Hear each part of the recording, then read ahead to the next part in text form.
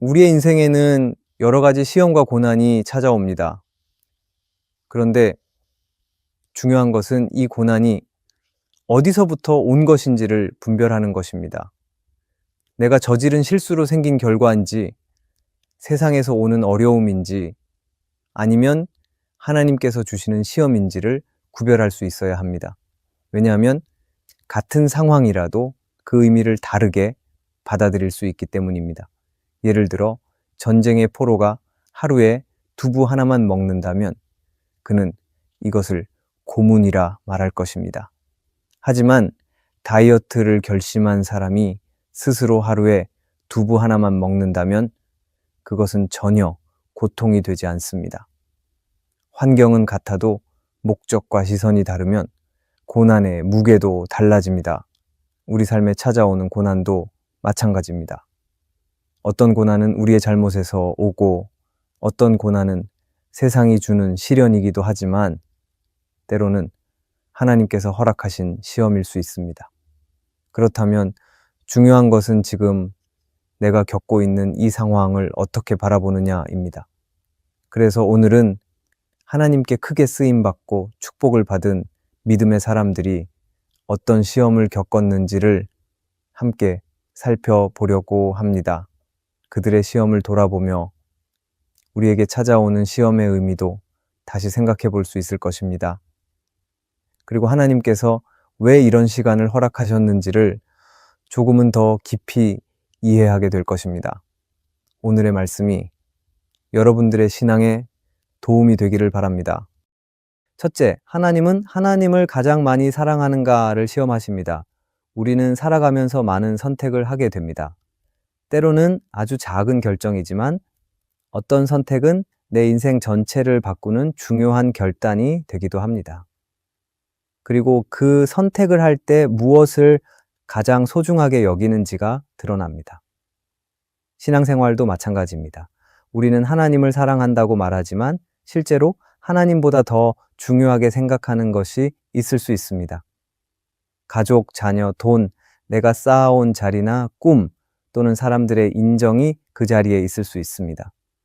그래서 하나님은 때로 우리에게 물으십니다. 너는 나보다 이것을 더 사랑하느냐? 그리고 어떤 상황을 통해 하나님은 우리의 마음이 어디를 향해 있는지를 확인하기를 원하십니다. 아브라함의 시험은 아들 이삭이었습니다. 아브라함은 오랜 시간 기다린 끝에 100살에 아들 이삭을 얻었습니다.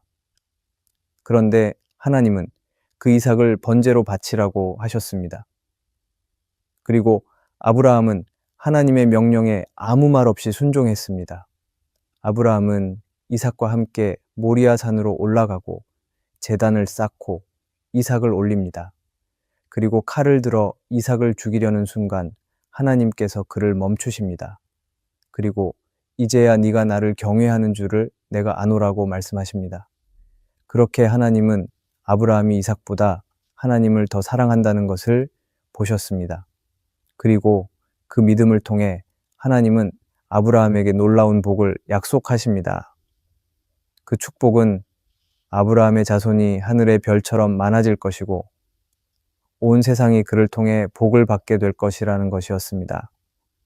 그렇게 아브라함은 이삭을 다시 돌려받은 것뿐 아니라 하나님이 주신 놀라운 복을 받게 되었습니다. 오늘날 우리에게도 이런 시험이 올 수 있습니다. 내가 사랑하는 것을 내려놓아야 하는 순간이 올 수도 있고 지금껏 붙잡아온 것을 포기해야 하는 상황이 생길 수도 있습니다. 그런데 하나님은 그런 시간을 통해 우리의 마음이 어디를 향하고 있는지를 보기 원하십니다. 하지만 시험은 때로 우리의 마음을 어렵게 합니다. 내려놓는 것이 너무 아깝고 포기하는 것이 손해처럼 느껴질 수 있습니다. 하지만 하나님은 그런 시험을 통해 우리를 괴롭히시는 분이 아닙니다. 오히려 하나님은 그 과정을 통해 우리와 더 깊은 사랑의 관계를 맺기 원하십니다. 그리고 분명한 사실이 하나 있습니다. 하나님은 결코 우리를 손해보게 하지 않으신다는 것입니다. 우리가 하나님을 가장 먼저 선택하면 하나님은 반드시 그 마음에 응답하십니다. 아브라함에게 주셨던 약속처럼 하나님의 뜻을 따라가는 사람에게는 그 뜻에 합당한 복이 따르게 됩니다. 지금 여러분의 삶에서 내려놓기 어려운 것이 있다면 그 자리가 하나님이 여러분의 중심을 보고 계시는 자리일 수 있습니다. 그 자리를 그냥 지나치지 마시고 하나님 앞에 진심으로 서 보시기 바랍니다. 하나님은 지금도 우리에게 묻고 계십니다. 너는 나를 가장 사랑하느냐? 그 질문에 삶으로 대답하는 우리가 되기를 바랍니다. 그리고 꼭 기억하시기 바랍니다. 아브라함은 하나님을 가장 사랑했고 그 믿음은 하나님께서 가장 크게 사용하실 수 있는 사람이 되게 했습니다. 지금 여러분이 겪는 시험도 결국 하나님께서 여러분을 더 깊이 쓰시기 위한 준비일 수 있습니다. 하나님은 그 길 끝에서 풍성한 은혜를 예비하고 계십니다. 하나님은 때로 하나님을 가장 많이 사랑하는지를 시험한다는 것을 기억하기 바랍니다. 둘째, 하나님은 하나님의 때를 기다릴 수 있는가를 시험하십니다. 우리는 살아가면서 무엇인가를 간절히 바랄 때가 있습니다. 그게 내 꿈일 수도 있고, 회복이 필요한 관계일 수도 있고, 오래 기도해온 응답일 수도 있습니다. 그런데 문제는 그 일이 언제 이루어지느냐는 것입니다. 우리는 빨리 되기를 바라고 내가 원할 때 응답되기를 바랍니다. 하지만 하나님은 언제나 우리와 같은 시간표를 갖고 계시지는 않습니다. 그래서 하나님은 때때로 우리에게 너는 내가 정한 때를 기다릴 수 있느냐고 물으십니다. 그리고 이 질문 앞에 우리는 진짜 믿음을 배워가게 됩니다. 하나님은 다윗에게 왕이 될 것이라는 약속을 주셨습니다. 다윗이 아직 어린 소년이었을 때 사무엘은 그에게 기름을 붓고 하나님께서 그를 이스라엘의 왕으로 세우실 것이라고 말했습니다. 하지만 그 다음 날 바로 왕이 된 것은 아니었습니다. 오히려 그 이후로 다윗은 긴 기다림의 시간을 지나야 했습니다. 골리앗을 쓰러뜨린 뒤에도 그는 오랫동안 사울에게 쫓기는 도망자 신세였습니다. 사람들의 인정을 받을 때도 있었지만 정작 현실은 어두운 동굴과 외로운 광야에서의 날들이었습니다. 다윗이 견뎌야 했던 시간은 단순한 인내의 시간이 아니었습니다. 사울을 죽일 수 있는 기회도 여러 번 있었습니다. 하지만 그때마다 다윗은 그를 죽이지 않았습니다. 사람들은 다윗에게 말했습니다. 지금이 기회다. 하나님이 주신 때다. 이 사람만 없애면 바로 왕이 될 수 있다. 그러나 다윗은 그렇게 하지 않았고 내가 기름 부음을 받은 자를 해할 수 없다고 말하며 하나님의 때를 기다렸습니다. 이때 다윗은 왕이 될 능력이 없어서 기다린 것이 아니라 하나님께서 허락하시는 때와 방법으로 모든 것이 이루어지기를 바랐기 때문에 기다린 것입니다. 그리고 그 믿음은 결코 헛되지 않았습니다. 결국 하나님은 정해진 때에 다윗을 왕으로 세우셨고 이스라엘을 다스리는 지도자가 되게 하셨습니다. 다윗은 자기 힘으로 왕이 된 것이 아니라 하나님의 인도하심을 따라 세워진 왕이었기에 하나님께서 그를 끝까지 책임지셨습니다. 오늘 우리도 기다림의 자리에 서 있을 수 있습니다. 하나님이 분명히 주신 약속이 있는데 아무 일도 일어나지 않는 것처럼 느껴질 수 있습니다. 오히려 상황이 더 어려워질 때도 있고 이제는 그 약속이 틀렸던 건 아닐까 하는 마음이 들기도 합니다. 하지만 그때 우리는 다윗을 기억해야 합니다. 하나님의 때는 결코 늦지 않습니다. 단지 우리의 때보다 더 깊고 완전한 뜻을 담고 있을 뿐입니다. 물론 기다림은 쉽지 않습니다. 오랜 시간 무응답 속에 있는 것 같고 다른 사람들은 앞서 나가는 것처럼 보입니다. 때로는 포기하고 싶고 내 방식대로 해보고 싶은 마음도 생깁니다. 하지만 그럴수록 더 깊은 믿음이 필요합니다.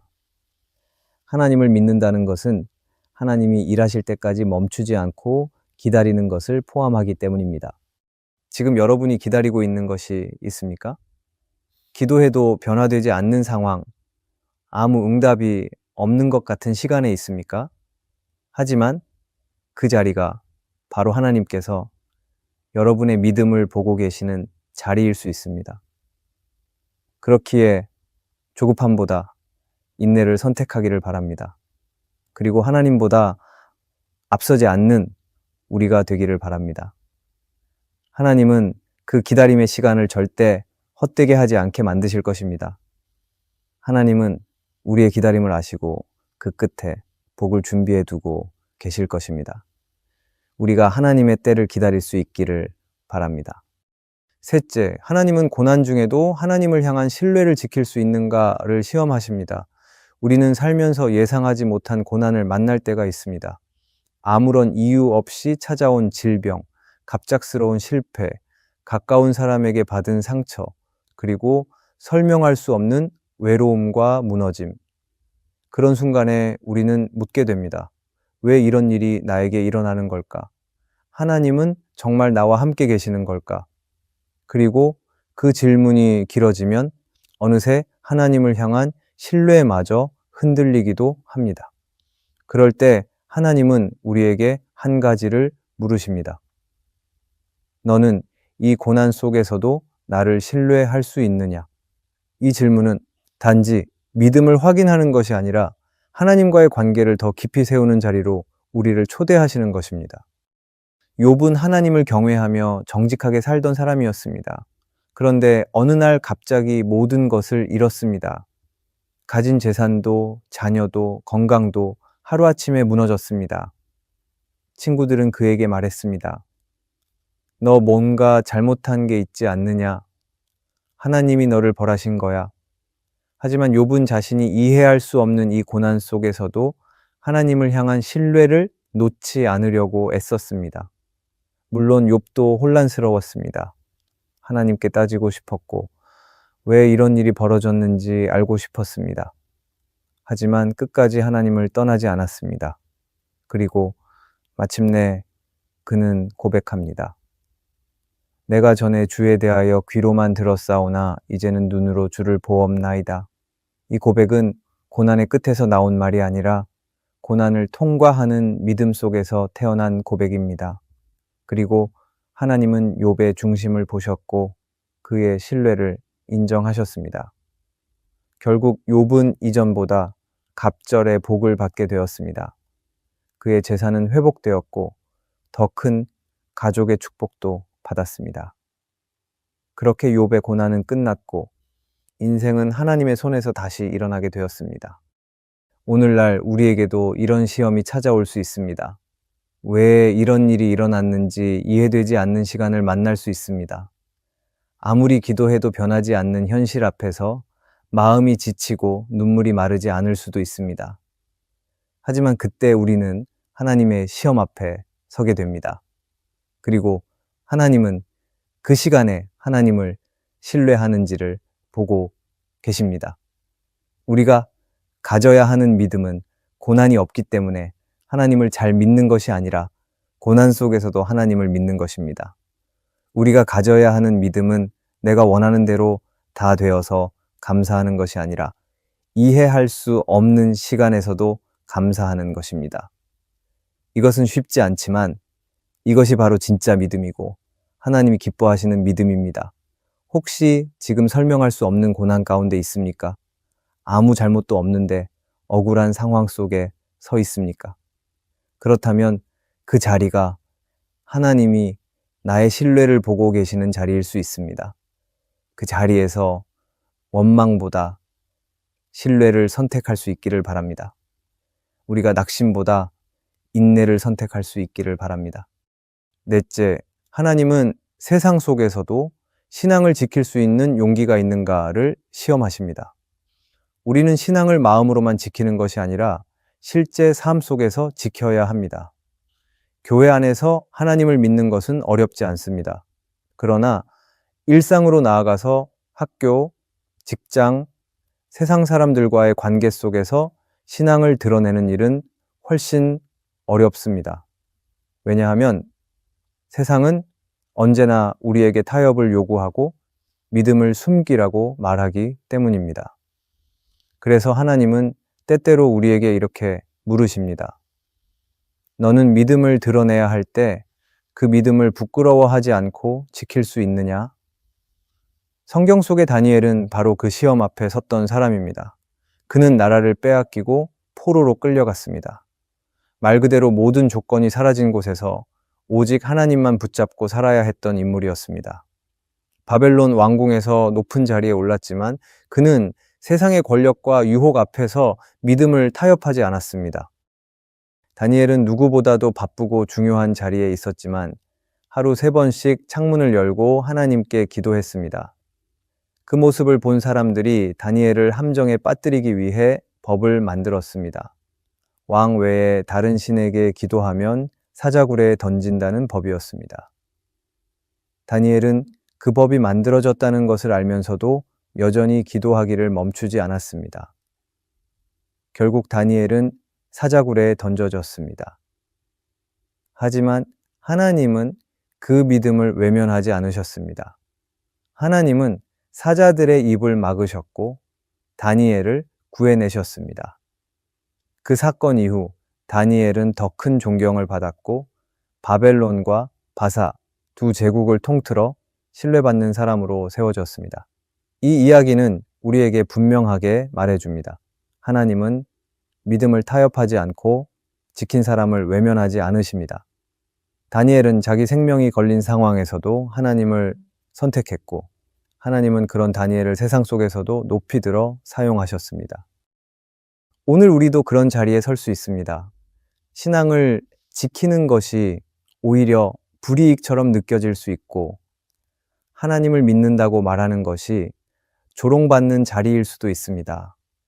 하지만 그때 우리는 믿음을 숨길 것인지 아니면 드러낼 것인지를 선택해야 합니다.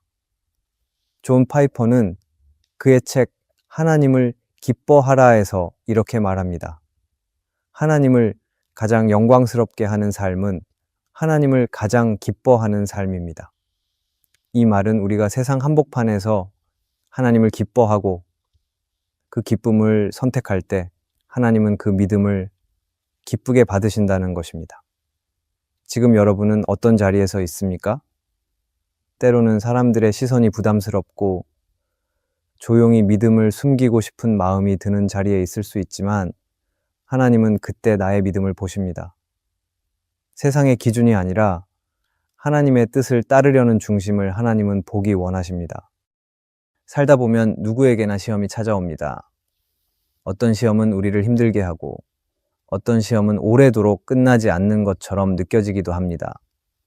마음이 지치고 때로는 포기하고 싶은 순간도 생깁니다. 하지만 우리가 꼭 기억해야 할 것은 하나님은 우리의 마음을 모르지 않으신다는 사실입니다. 하나님은 우리가 지금 어디에 있는지, 무엇을 붙잡고 있는지, 어떤 마음으로 버티고 있는지를 다 아십니다. 그리고 그 모든 순간을 보고 계시고 끝까지 함께 하십니다. 하나님은 우리의 믿음을 시험하시지만 그 시험이 끝나면 반드시 복을 예비해 두십니다. 그래서 지금의 어려움이 끝이 아니라는 것을 믿고 걸어가야 합니다. 눈에 보이는 결과가 없어도 하나님은 일하고 계십니다. 지금 여러분은 어떤 시간을 지나고 계신가요? 마음속에 놓지 못하는 것이 있지는 않나요? 기다림이 지치지는 않으셨나요? 아니면 설명되지 않는 고난 속에서 하나님을 놓고 싶어지지는 않으셨나요? 하나님은 그 모든 시간 속에서도 여러분과 함께 계십니다. 그 믿음을 놓지 않고 오늘도 하나님을 바라볼 수 있기를 바랍니다. 그 자리에 하나님의 은혜가 임할 것입니다. 오늘의 말씀이 은혜가 되셨다면 댓글에 아멘이라고 적어주시면 감사하겠습니다. 여러분들이 남겨주시는 댓글은 정말 큰 힘이 됩니다. 그리고 여러분들이 눌러주시는 좋아요와 구독도 큰 힘이 됩니다. 오늘도 함께 해주셔서 감사합니다. 기도하겠습니다. 하나님 아버지, 삶 속에 찾아오는 다양한 시험들 앞에서 때로는 두렵고 흔들릴 때가 많지만 그 모든 시간을 통해 우리를 세워가시는 주님의 손길을 믿습니다. 하나님을 가장 사랑하는 사람으로, 하나님의 때를 기다릴 줄 아는 사람으로, 고난 속에서도 신뢰를 놓지 않는 사람으로, 세상 속에서도 믿음을 드러내는 사람으로 살아가기를 원합니다. 우리의 연약함을 아시기에 이 모든 것을 감당할 수 있도록 도와주시고 끝까지 믿음 잃지 않게 붙들어 주시기를 원합니다. 지금 시험의 자리에 있는 이들에게는 위로와 용기를 주시고 기다림의 시간을 보내는 이들에게는 인내와 평안을 더하여 주시옵소서. 하나님의 뜻을 따라 살고자 하는 우리의 작은 결심들을 사용하시고 그 가운데 하나님의 영광이 드러나게 하여 주시옵소서. 예수님의 이름으로 기도합니다. 아멘.